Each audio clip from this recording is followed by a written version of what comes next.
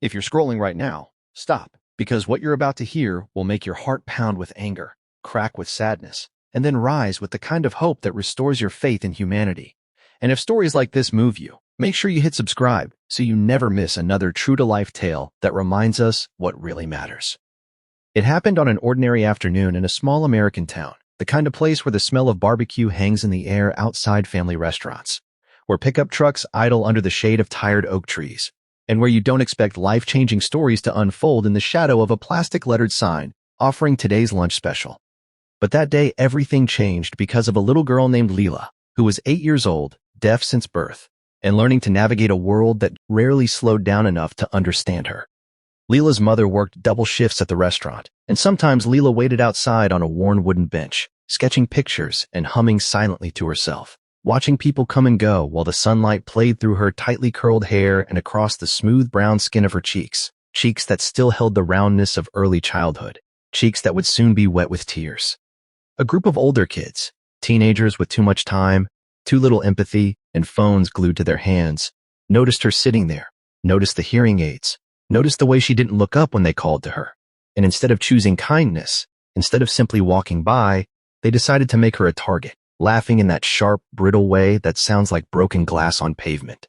They lifted their phones, whispering ideas like it was a game, filming themselves waving exaggeratedly in her face, then laughing when she didn't react, mocking the way she tried to read their lips, exaggerating mouth shapes until the words became cruel parodies of communication.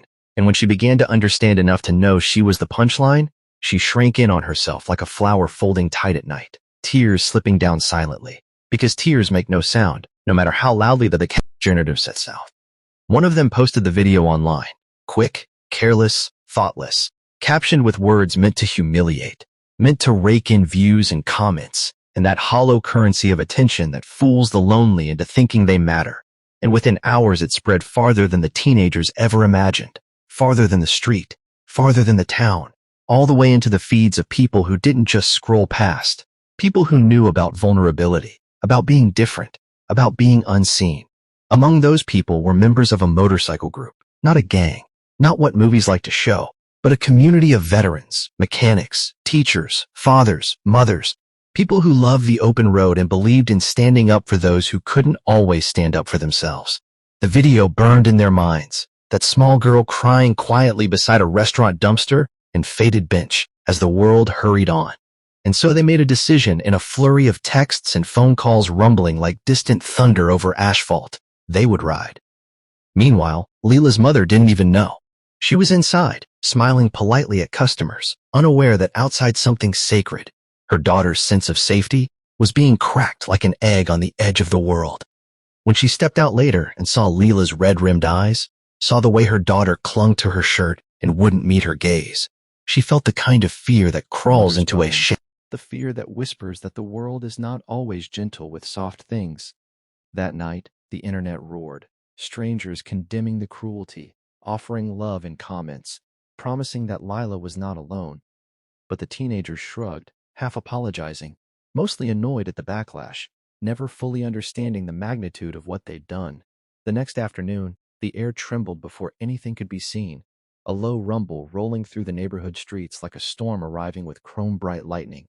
And then one bike appeared, then 5, then 10, then 40 in all, engines thrumming in unity as they turned into the restaurant parking lot one by one, not to intimidate, not to threaten, but to stand, a wall of compassion wrapped in leather and steel.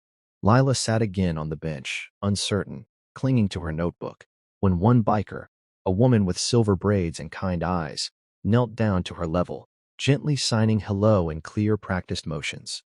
Others followed, many of them having spent the night watching tutorials on sign language, wanting desperately to make sure their support could be understood, not just felt.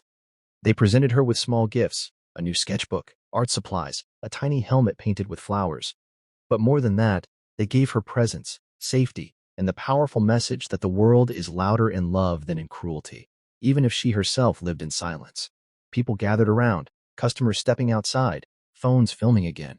But this time, the cameras were capturing something good. The moment a little girl's tears were answered with solidarity instead of mockery. Her mother came out, confused at first, then overwhelmed as the bikers explained, slowly, respectfully, what had happened, and that they were here to show that Lila mattered, that she was seen, that no one would ever make her feel small again without facing a tide of resistance.